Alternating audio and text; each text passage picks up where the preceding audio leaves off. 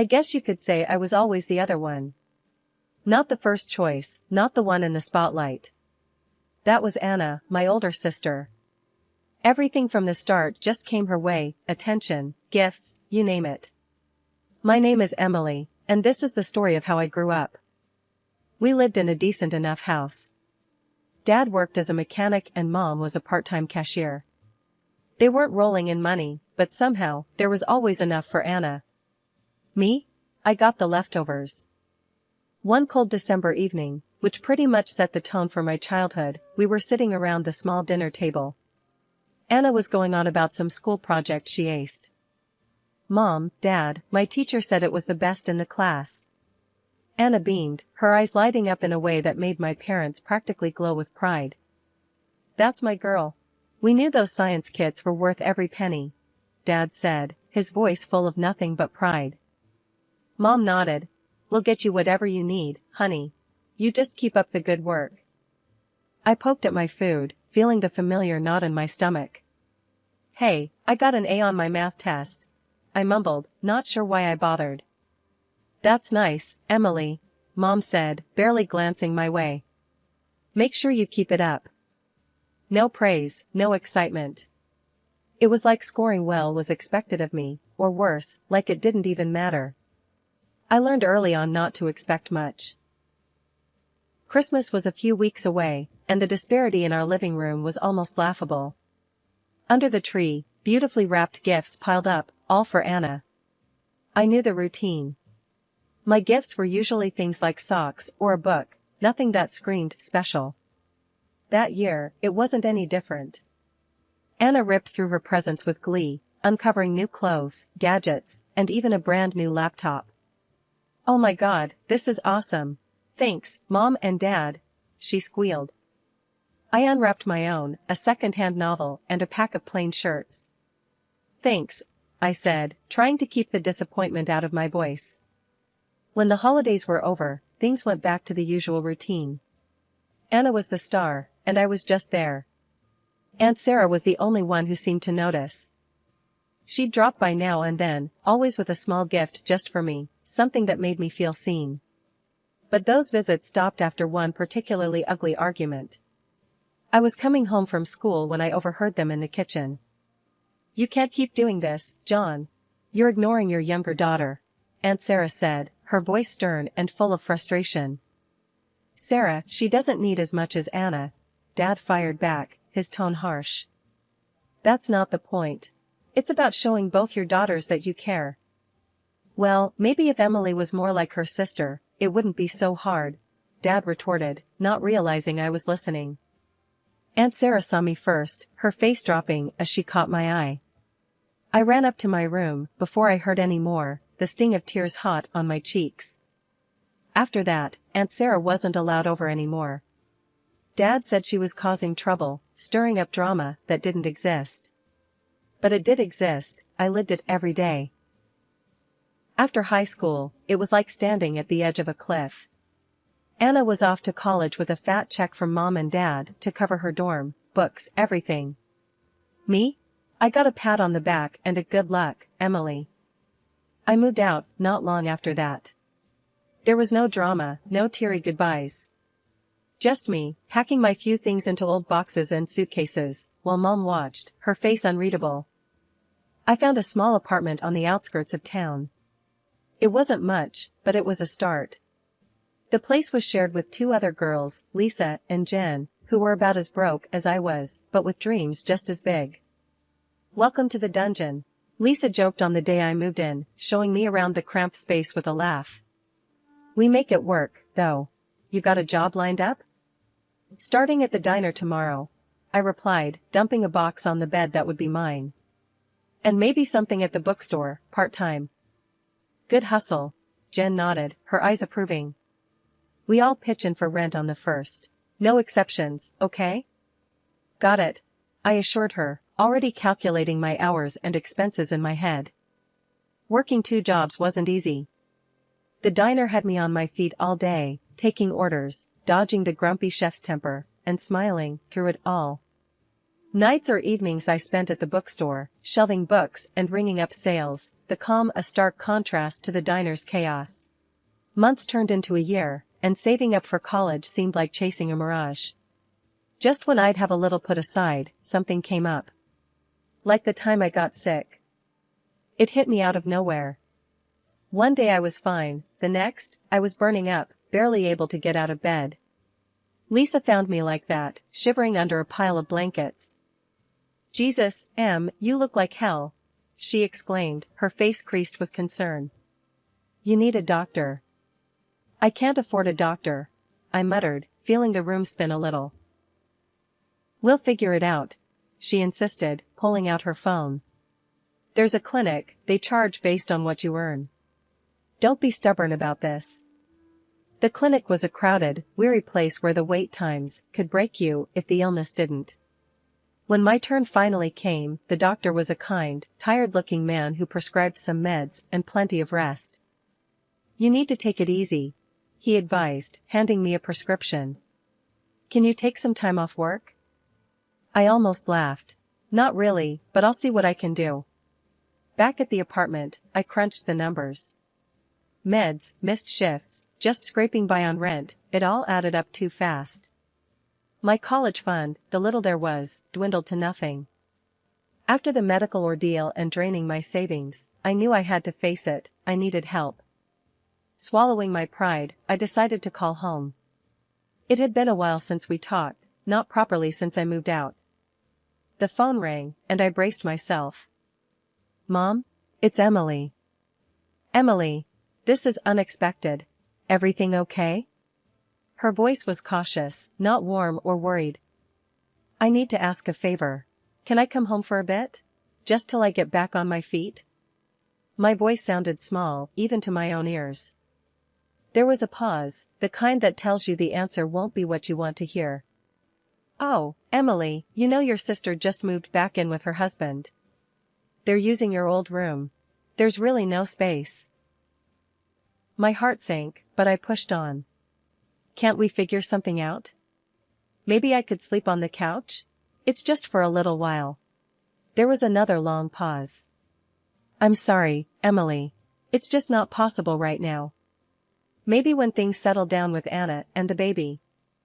I hung up and sat there, the silence of the apartment pressing down on me. They had made their choice, and I wasn't it. I was on my own, truly on my own. The next few days were a blur of applying for any job I could find, skipping meals to save a few bucks, and trying not to think about the fact that my own family had turned me away when I needed them the most. It was during one of my late-night job searches that I got a call from Aunt Sarah. "Emily, sweetheart, I heard about what happened. Are you okay?" Her voice was like a lifeline. "Hey, Aunt Sarah. I'm managing. Just trying to figure things out. Listen, why don't you come stay with me for a while? You shouldn't be alone through this." I felt tears prick at my eyes, relief washing over me. "Really? Are you sure? I don't want to impose." "Of course, I'm sure." "You're not imposing. Your family, more than just when it's convenient. Pack your things, and come over. We'll sort the rest out together." "Thank you, Aunt Sarah. Thank you so much," I said, my voice thick with emotion. Packing up my things again, I couldn't help but feel the weight of the rejection, but also the warmth of being welcomed without conditions. Aunt Sarah's place wasn't big, but it was filled with love, something that had been sorely missing for too long. When I arrived, Aunt Sarah was waiting at the door. She wrapped me in a big hug as soon as I stepped out of the cab. "You're home now, Emily. Let's not worry about anything else tonight," she said, ushering me inside. Life at Aunt Sarah's was different from anything I'd known.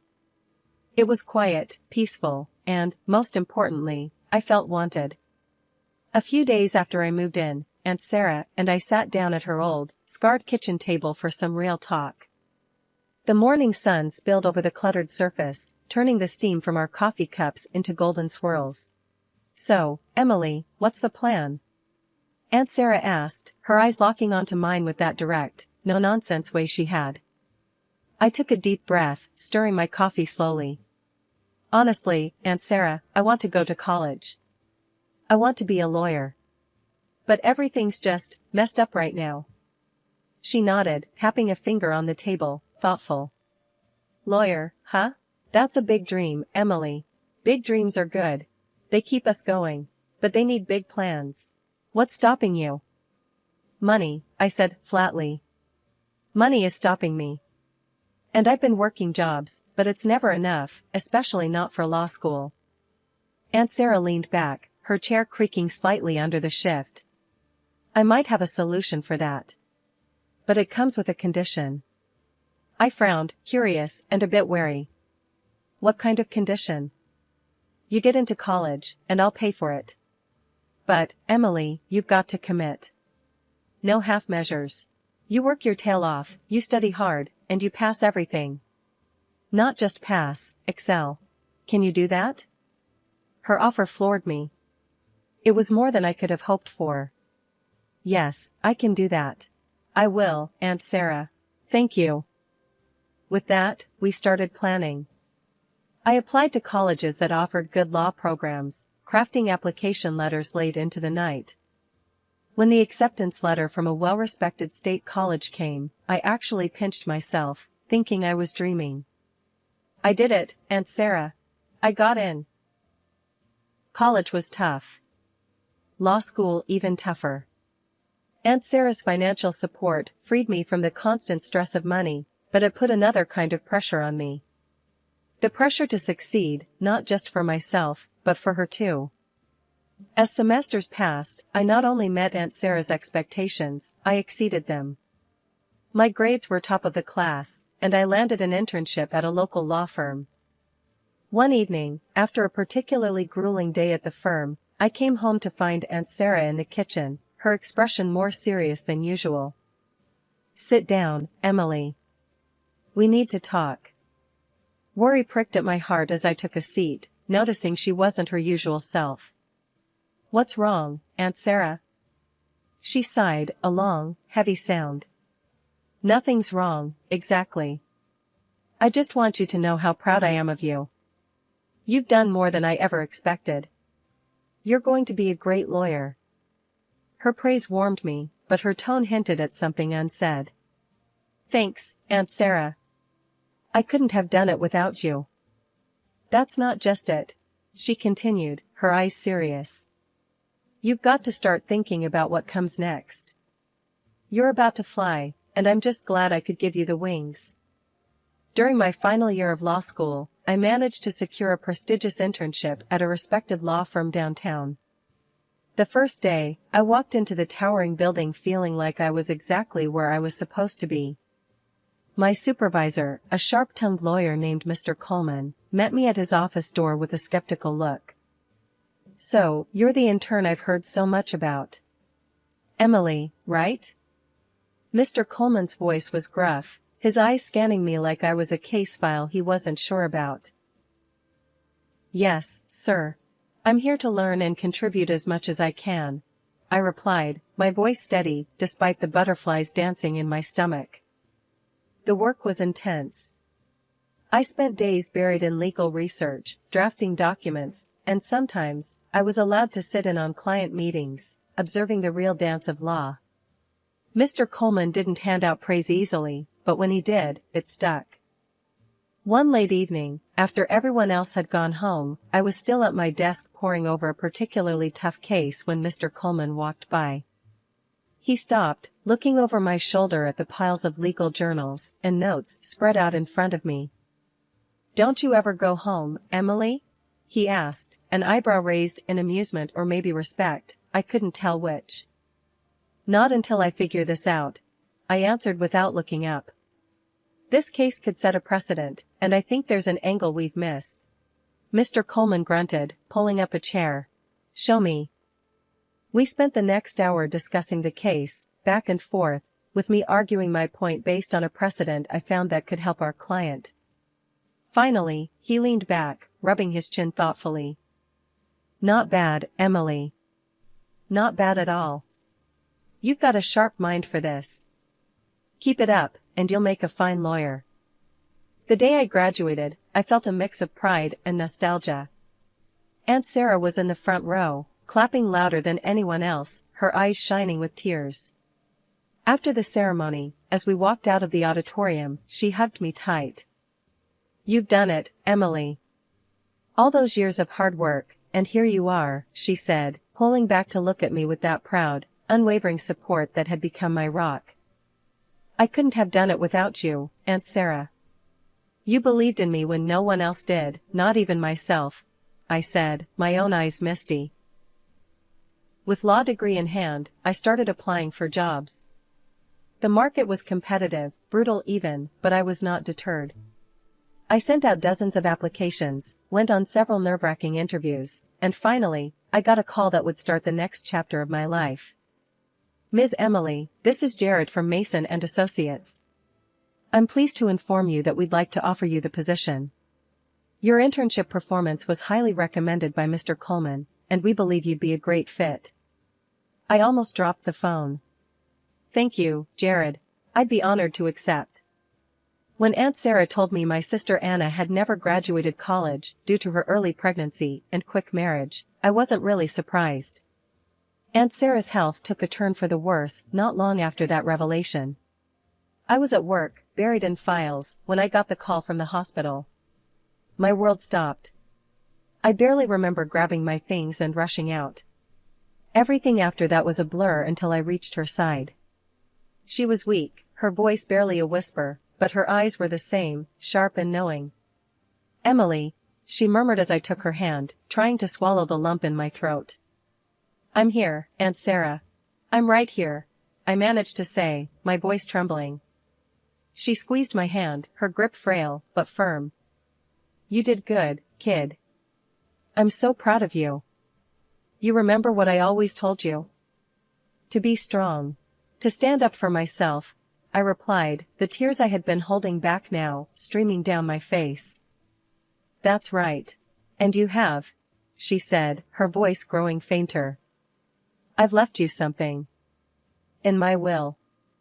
The house, it's yours now." I nodded, unable to speak, squeezing her hand. We didn't say much after that. We didn't need to. Later that night, she passed away quietly in her sleep. The months following her death were a blur of legal matters and settling into the house that was now legally mine. I transformed it into something that felt like a real home for the first time in my life. Then, out of the blue, my parents and Anna with her husband and kids decided to visit. I should have known they weren't just coming to check on how I was holding up. As soon as Anna walked in, she started inspecting the place like she was at an open house, commenting on every piece of furniture and layout. "Oh, this would be perfect for the kids," she said loudly. "Look at all this space, Mom." Her husband nodded, adding, "Yeah, we could really spread out here." I clenched my fists, trying to keep my cool. It wasn't until my mother chimed in that I lost it. "Emily, you should really think about letting Anna have the house. They need the space, what with the kids and all. You can manage fine in a smaller place, can't you?" I stared at them, disbelief turning quickly into anger. "Are you serious? This is my house. Aunt Sarah left it to me, not to Anna. I'm not going anywhere." Anna, who had been pretty quiet, finally piped up, her voice dripping with entitlement. "But you don't need all this space, Emily. It's just you here. We're a family of 5. It just makes sense for us to have it." That's when I laughed. It wasn't because anything was funny, but because the sheer audacity of their request was absurd. "You think just because you have kids and a husband, I have to give up my home? That's not how this works." Mom looked shocked. "Emily, don't be greedy.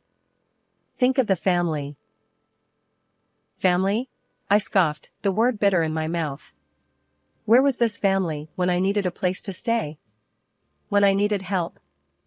They didn't have an answer to that. "Look," I said, my voice firm as I stood up taller, "I appreciate you all coming here, but this house is mine. Aunt Sarah wanted me to have it, and I'm going to honor her wish. You need to leave now." Anna's husband tried to argue, his face turning red, but I didn't let him get far. Out. All of you, now. Or I'll call the police. They muttered about me being ungrateful and greedy as they gathered their things. Anna shot me a look that could freeze lava, her disappointment clear. But as they left, the weight on my shoulders lifted. I had stood up for myself, for my home, and for Aunt Sarah's memory. I came home from work to the most absurd situation. I couldn't get into my own house, the locks had been changed. Before I could process what was happening, I heard noises inside and started banging on the door. It swung open and there stood my sister Anna, with her husband and their kids scattered behind her. "We've decided to move in here," she declared with a smug look, as if it was the most natural decision in the world. "What are you talking about? This is my house," I snapped, disbelief and anger swirling inside me. Anna shrugged, unbothered. "Well, we need it more than you do. We've already moved everything in." "That's not how any of this works, Anna. I'm calling the police," I said, fumbling for my phone. She laughed, clearly thinking I was bluffing. "Sure, go ahead."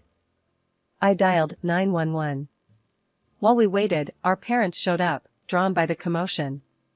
They sided with Anna, of course. "Emily, why are you being so difficult? This is family, we should stick together," Mom said, her voice high-pitched and nervous. "Dad, tell her," Anna added, turning to our father, who just frowned at me. "This is just plain wrong, and you know it," I shot back, the reality of the situation making my hands shake with rage. Anna's husband, who'd been silent until then, stepped up. "Just drop it, Emily. Otherwise, you'll regret it," he sneered, his tone menacing. I started recording on my phone, aiming it at him. "Threaten me again, and it's on record." He lunged for the phone, but I sidestepped him. Right then, the police arrived. It didn't take long for them to assess the situation. My sister was crying now, her kids confused and scared. Anna's husband kept saying, "It's just a family matter," trying to downplay his earlier aggression. Mom was sobbing by now, pleading with the officers. "Please, they're just kids, they don't understand. We're her family." I took a deep breath before I explained to the police. They broke in and changed the locks. I didn't give them permission. "This is my house." The officers were firm. "Breaking into a house and changing the locks is illegal, even if you are family," one of them told Anna and her husband. Finally realizing the seriousness of the situation, my family's bluster faded. The police made it clear they had to leave. Reluctantly, and with plenty of resentful glances thrown my way, they gathered their things. After the police left, I called a locksmith to change the locks again, this time making sure no one else had the keys. As I stood in the doorway of my reclaimed space, the silence was heavy, filled with the echoes of the confrontation. It was a few months later when I met Mike. He was a friend of a friend, introduced to me at a small gathering. Mike was easy to talk to, with a straightforward way about him that I appreciated. "So, you've had quite the year, huh?" Mike said, handing me a drink with a knowing smile. "You could say that," I replied, the corner of my mouth tilting up in a half-smile. "It's been eventful." As the evening went on, we talked about everything and nothing, music, books, our shared disdain for soggy French fries. It was refreshing, talking to someone who didn't see me as the overlooked sister or the woman who kicked her family out. Weeks turned into months, and Mike started coming around more often. One quiet evening, as we sat watching a movie with a bowl of popcorn between us, Mike turned to me. "Emily, I've been thinking," he began, pausing the movie. "Yeah?" I responded, my heart skipping a beat. "I really like what we have. I mean, I know your house is your sanctuary, but I was wondering if you'd be okay with me being a more permanent part of it," he asked, his voice tentative. I looked at him, really looked, and saw everything I needed in his sincere, hopeful gaze. "I'd like that," I said simply, and his smile lit up the room. Life didn't become perfect overnight, but it felt a whole lot lighter with Mike by my side. We faced a few more challenges, like when Anna tried to stir up trouble again by spreading rumors about me being heartless. But this time I didn't face it alone.